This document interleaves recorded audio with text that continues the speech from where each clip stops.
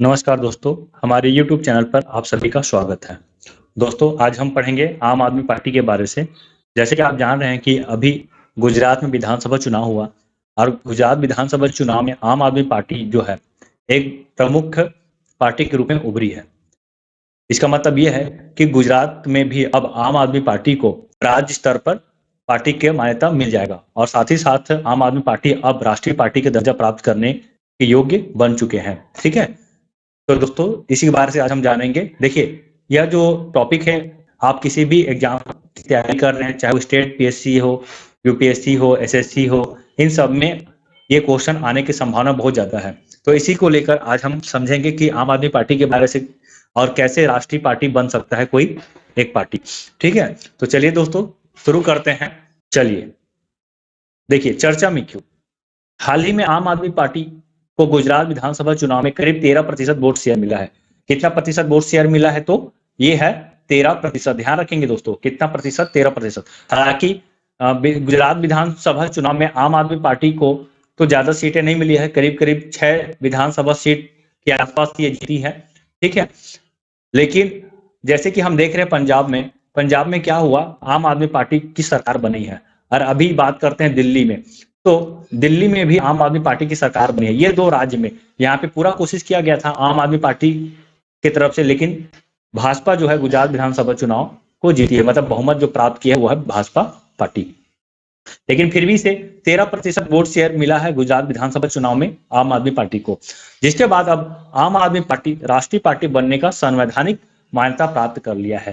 ठीक है, अब चुनाव आयोग मान्यता देंगे, तब से ये फिर जो है आम आदमी पार्टी जो है राष्ट्रीय पार्टी का दर्जा प्राप्त कर लेगा। ठीक है, लेकिन अभी योग्य बना है, लेकिन अभी उसको राष्ट्रीय पार्टी का दर्जा चुनाव आयोग के तरफ से नहीं मिला, क्योंकि राष्ट्रीय पार्टी या राज्य पार्टी का दर्जा तो देने का काम होता है वो चुनाव आयोग का ही होता है। ठीक है, चलिए अब देखिए थोड़ा सा डिटेल इसके बारे से हम जान लेते हैं, वोट की कैसे राष्ट्रीय पार्टी वो बन पा रहा है।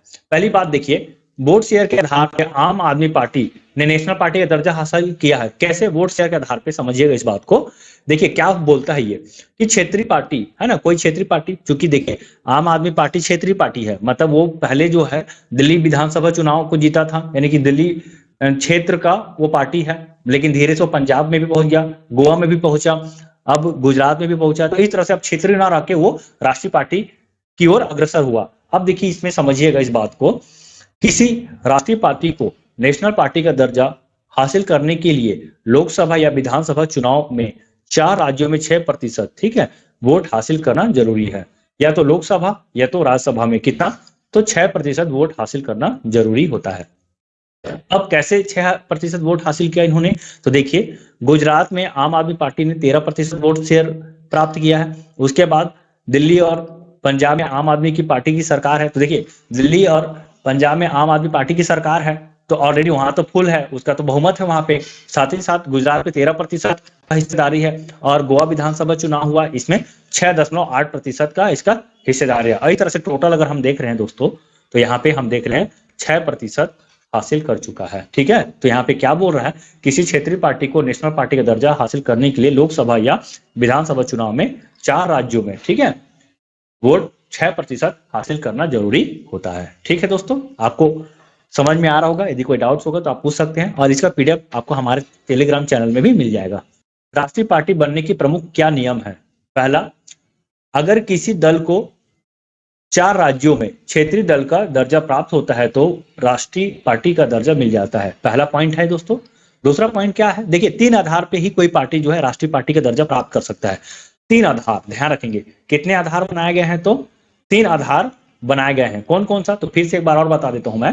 पहला जो है कि अगर कोई दल यानी कि क्षेत्रीय पार्टी हो या जो भी हो, 4 राज्यों में क्षेत्रीय दल का दर्जा प्राप्त कर लेता है तो उसे राष्ट्रीय पार्टी का दर्जा मिल जाता है।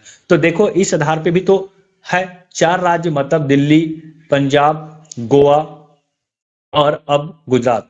दूसरा पॉइंट क्या बोल रहा है? अगर कोई दल 3 राज्यों को मिलाकर लोकसभा की 3% सीटें जीतती है तो उसे राष्ट्रीय पार्टी का दर्जा मिल जाएगा। यानी कि 3 राज्यों को मिलाकर, है ना, 3 राज्यों को मिलाकर अगर 3% यदि लोकसभा सीट वो हासिल करता है तो उसे राष्ट्रीय पार्टी का दर्जा प्राप्त हो जाएगा।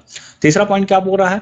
देखिए इसी पॉइंट के आधार पे जो है आम आदमी पार्टी जो है वो राष्ट्रीय पार्टी का दर्जा प्राप्त कर रहा है। देखिए अगर कोई पार्टी 4 लोकसभा सीटों के अलावा, ठीक है, लोकसभा चुनाव या विधानसभा चुनाव में, ठीक है, लोकसभा चुनाव या विधानसभा चुनाव में 4 राज्यों में, ठीक है, कितना राज्यों, 4 राज्यों में 6% वोट हासिल करती है तो उसे राष्ट्रीय पार्टी माना जाता है। तो ठीक है, माना जाता है इसका मतलब यह है कि अब वो राष्ट्रीय पार्टी है, लेकिन यहाँ पे सर्टिफाइड किया जाना बहुत जरूरी होता है। देखिए अगर कोई भी पार्टी इन तीनों शर्तों में से किसी एक शर्त को पूरा करती है तो उसे राष्ट्रीय पार्टी का दर्जा मिल जाता है। बहुत इंपॉर्टेंट दोस्तों, तो मैंने आपको यहाँ पे 3 प्रमुख पॉइंट बताए हैं जिसमें कि कोई क्षेत्रीय पार्टी कैसे राष्ट्रीय पार्टी का दर्जा प्राप्त कर सकता है। ठीक है, पिछले बार जो है राष्ट्रीय पीपुल्स पार्टी, ध्यान रखेंगे, राष्ट्रीय पीपुल्स पार्टी जो है पूर्वोत्तर राज्य का, वो जो है राष्ट्रीय पार्टी का दर्जा हासिल किया। अब आम आदमी पार्टी की बारी है। ठीक है, देखिए भारत में मान्यता प्राप्त राष्ट्रीय दल कौन कौन सा है। सबसे पहले भारतीय जनता पार्टी, दूसरा भारतीय राष्ट्रीय कांग्रेस, तीसरा राष्ट्रवादी कांग्रेस पार्टी, चौथा बहुजन समाज पार्टी, पांचवा भारतीय कम्युनिस्ट पार्टी, छठवां भारतीय कम्युनिस्ट पार्टी यानी कि मार्क्सवादी, सातवां सर्व भारतीय तृणमूल कांग्रेस और आठवां जो है नेशनल पीपुल्स पार्टी। तो ये नेशनल पीपुल्स पार्टी जो है अभी अंतिम रूप में यही जो है राष्ट्रीय पार्टी के रूप में दर्जा प्राप्त किया है। नेशनल पीपुल्स पार्टी है, ठीक है, ये जून 2019 में, ठीक ध्यान रखिए, जून 2019 में इसको राष्ट्रीय पार्टी का दर्जा प्रदान किया गया है। और ये जो नेशनल पीपुल्स पार्टी है इसको भी आप याद रखेंगे, ये पूर्वोत्तर राज्य की, ठीक है, पहली पार्टी है। ठीक है, पूर्वोत्तर राज्य की जो है पहली पार्टी है। यदि हम बात करते हैं नेशनल पीपुल्स पार्टी की स्थापना इन्होंने किया है, तो देखिए इसका जो स्थापना करने वाला है वो है पी.ए. संगमा। ध्यान रखेंगे, ये एग्जाम में पूछ सकता है दोस्तों, ठीक है, कि नेशनल पीपुल्स पार्टी की स्थापना करता कौन है, तो पी.ए. संगमा है। ध्यान रखेंगे। अब इसकी स्थापना कब किया गया, तो इसकी स्थापना जो है 2013 ईस्वी में किया गया है। ठीक है, 2013 में इसकी स्थापना किया गया है। किसके द्वारा किया गया है, तो पी.ए. संगमा के द्वारा किया गया है। आप चित्र भी देख सकते हैं दोस्तों, जो 8 प्रमुख पार्टी है उसके चुनाव चिन्ह भी यहाँ पे दिखाया गया। सबसे पहले देख लीजिए नेशनलिस्ट कांग्रेस पार्टी, दूसरा में है कम्युनिस्ट पार्टी ऑफ इंडिया, तीसरा कम्युनिस्ट पार्टी ऑफ इंडिया, ठीक है, एक मार्क्सवादी है और एक मार्क्सवादी नहीं है। ठीक है, फिर चौथा में भारतीय जनता पार्टी, पांचवा में है ऑल इंडिया तृणमूल कांग्रेस, छठवां में है इंडियन नेशनल कांग्रेस, सातवां नेशनल पीपुल्स पार्टी, देखिए इसका चुनाव चिन्ह है किताब, फिर आठवां है बहुजन समाज पार्टी। तो ये इस तरह से है 8 राष्ट्रीय पार्टी। ठीक है, और अब जो है आम आदमी पार्टी भी राष्ट्रीय पार्टी बन जाएगी। देखिए, तो भारत निर्वाचन आयोग के बारे में हम समझेंगे कि भारत निर्वाचन आयोग क्या है। तो देखिए भारत निर्वाचन आयोग एक स्वायत्त संवैधानिक प्राधिकरण है। क्या है, एक स्वायत्त संवैधानिक प्राधिकरण है जो भारत में संघ और राज्य चुनाव प्रक्रियाओं के संचालन के लिए जिम्मेदार है। ठीक है, निर्वाचन आयोग जो है एक संवैधानिक संस्था है। कैसा संस्था है, संवैधानिक संस्था। और संवैधानिक संस्था का मतलब क्या होता है दोस्तों, ऐसा संस्था जिसका संविधान में उल्लेख है।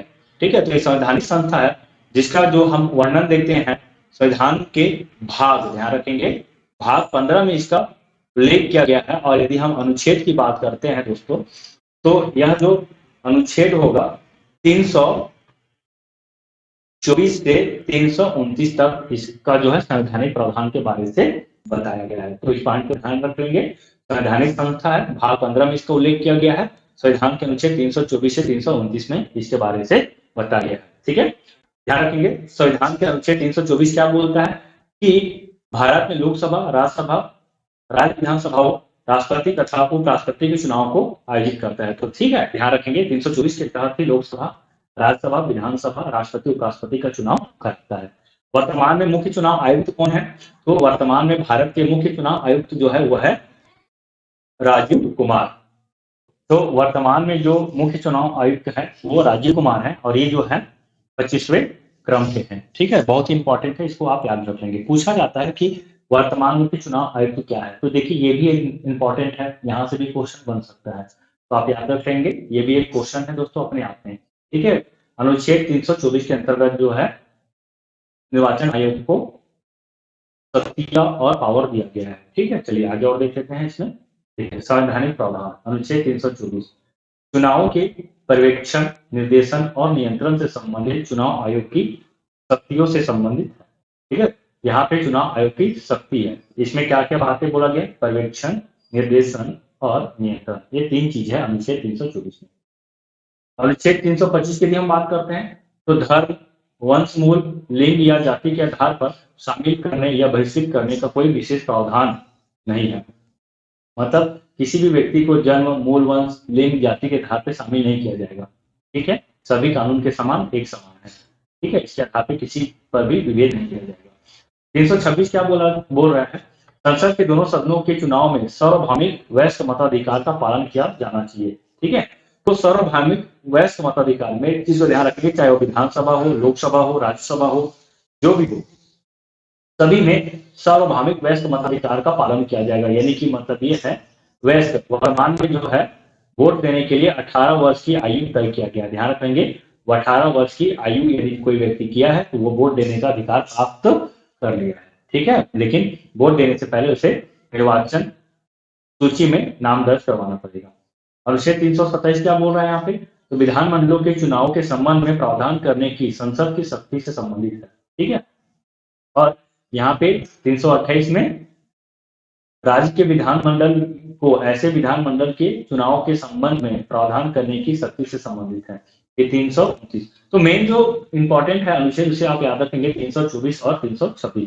324 में परीक्षण, निर्देशन और नियंत्रण का बारे से बताया गया और 326 में सार्वभौम वयस्क मताधिकार का बात किया गया है। ठीक है दोस्तों, यहाँ पे ध्यान रखेंगे और इतना याद रखेंगे, चुनाव से संबंधित मामलों में हस्तक्षेप करने के लिए अदालत को प्रतिबंधित किया गया है। अगला देखते हैं, निर्वाचन आयोग की शक्तियां और कार्य में क्या क्या चीजें हमें देखने को मिलती है। देखिए, संसद राज्य के विधानमंडल, राष्ट्रपति व उपराष्ट्रपतियों के निर्वाचन के संदर्भ में इसकी शक्तियां एवं कार्य निम्नलिखित है। क्या क्या इसका कार्य है और शक्ति है, तो पहला प्रशासनिक शक्ति, प्रशासनिक कार्य करता है। सलाहकारी शक्ति है, सलाहकारी कार्य करता है, इसका मतलब राष्ट्रपति को सलाह देता है। अर्थ न्यायिक कार्य भी करता है दोस्तों ये।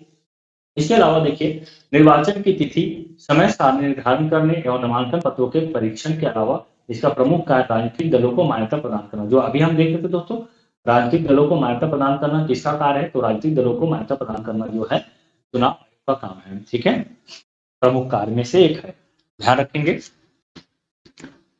चलिए, अब मान्यता प्रदान करने के साथ साथ निर्वाचन चिन्ह भी आवंटित करता है ये, इसे भी आप ध्यान रख लेंगे। ठीक है, तो आम आदमी पार्टी को राष्ट्रीय पार्टी के रूप में दर्जा जो देने का कार्य है वो निर्वाचन आयोग करेंगे और उसे एक निर्वाचन चिन्ह भी देंगे। तो निर्वाचन चिन्ह तो ऑलरेडी उसके पास, कौन है निर्वाचन चिन्ह, तो झाड़ू है। ठीक है, अब अगला देख लीजिए, राजनीतिक दलों को मान्यता प्रदान करने और चुनाव चिन्ह संबंधी विवाद के समाधान के मामले में इससे न्यायालय के समान ही शक्ति प्राप्त है। ठीक है, चुनाव चिन्ह संबंधी विवाद का समाधान जो है वो चुनाव आयोग ही सुलझाता है। ठीक है, और इस तरह उसे न्यायालय के समान ही शक्ति प्रदान किया गया है। चलिए, आम आदमी पार्टी के बारे में जान लेते हैं, क्योंकि यही है हमारा आज का विषय मेन।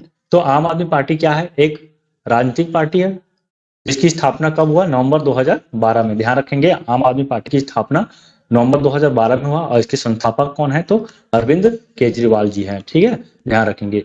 यह वर्तमान में 2 राज्यों दिल्ली और पंजाब में सत्तारूढ़ है। मतलब दिल्ली और पंजाब में आम आदमी पार्टी की सत्ता है। और इसके साथ ही साथ मैंने आपको बताया गुजरात और गोवा में जो है 6% ज्यादा इसका वोट वैल्यू है। ठीक है, अब देखिए 2011 में हुए भ्रष्टाचार विरोधी आंदोलन में अरविंद केजरीवाल ने अन्ना हजारे का बढ़ चढ़कर साथ दिया। ठीक है, जो भ्रष्टाचार विरोधी आंदोलन जो चल रहा था जिसके मुख्य रूप में अन्ना हजारे थे केंद्र में, इसमें अरविंद केजरीवाल जी है जो बहुत बढ़ चढ़ के साथ दिए थे। लेकिन बाद में इन दोनों के बीच मतभेद पैदा हुआ और अरविंद केजरीवाल जो है आम आदमी पार्टी की स्थापना करते हैं 12 नवंबर में। ओके, चलिए अब महत्वपूर्ण प्रश्न को देख लेते हैं दोस्तों। जो भी हमने अभी तक समझा उसके बारे से एक प्रश्न है, आप इसको देखिए, पढ़िए और उत्तर बताइए क्या हो सकता है। और कमेंट बॉक्स में जरूर इसका उत्तर बताइएगा। ये क्वेश्चन जो है आपके लिए छोड़ दे रहा हूँ, कमेंट बॉक्स में आप इसका उत्तर जरूर दीजिएगा दोस्तों। देखिए, मैं पढ़ देता हूँ, समझा देता हूँ। निर्वाचन आयोग किसी राजनीतिक दल को एक राष्ट्रीय दल के रूप में मान्यता देता है। ठीक है, निर्वाचन आयोग जो है राजनीतिक दल को राष्ट्रीय दल के रूप में मान्यता देता है। कब देता है, वह 4 या अधिक राज्यों में लोकसभा या राज्य विधानसभाओं के लिए साधारण निर्वाचन में दिए उपयुक्त मतदान के वैध मतों में कम से कम 6% है ना, 6% मत प्राप्त करे। दूसरा, वह लोकसभा के लिए साधारण निर्वाचन में किसी राज्य या किन्हीं राज्यों में कम से कम 4 सीटों पर जीत हासिल करे। तो आपको बताना है ऑप्शन ए केवल एक सत्य है, ऑप्शन बी केवल दो सत्य है, ऑप्शन सी एक और दो दोनों सत्य है, ऑप्शन डी ना तो एक ना ही दो सत्य है। तो आपको बताना है दोस्तों और कमेंट्स में इसका उत्तर आप दीजिएगा, ठीक है। तो उम्मीद करता हूं दोस्तों आपको हमारे वीडियो पसंद आया होगा। यदि आपको हमारे वीडियो पसंद आता है तो वीडियो को प्लीज लाइक कीजिए, चैनल पे नए हैं तो हमारे चैनल को सब्सक्राइब कर लीजिए और अपने दोस्तों तक शेयर जरूर कीजिए दोस्तों। तो मिलते हैं एक नए वीडियो के साथ, तब तक के लिए बाय बाय दोस्तों, मस्त रहिए मस्त पढ़िए, धन्यवाद।